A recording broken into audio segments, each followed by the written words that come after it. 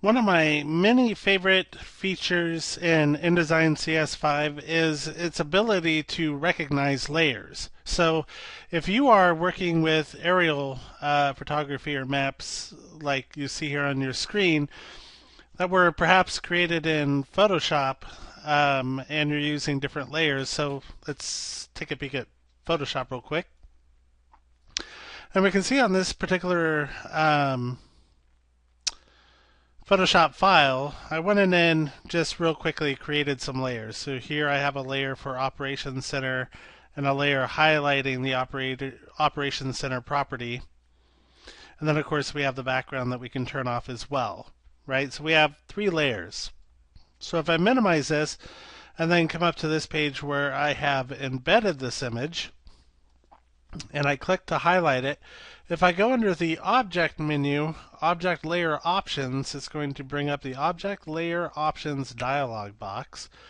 And I'm going to make sure that I have the Preview button selected. And here I can see all the layers that are available in this file.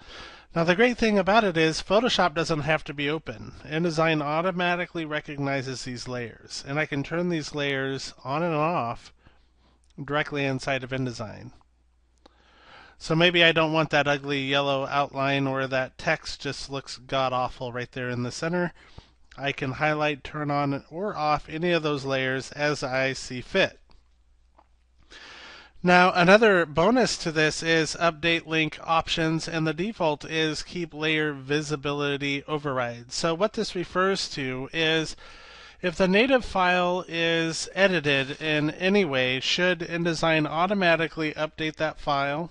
Or should it just give you an explanation warning telling you that the file's been updated and you should relink it? I say anytime that a file has been edited natively and you're using that within your project, that you should always have InDesign warn you that that project has been, or that file has been edited.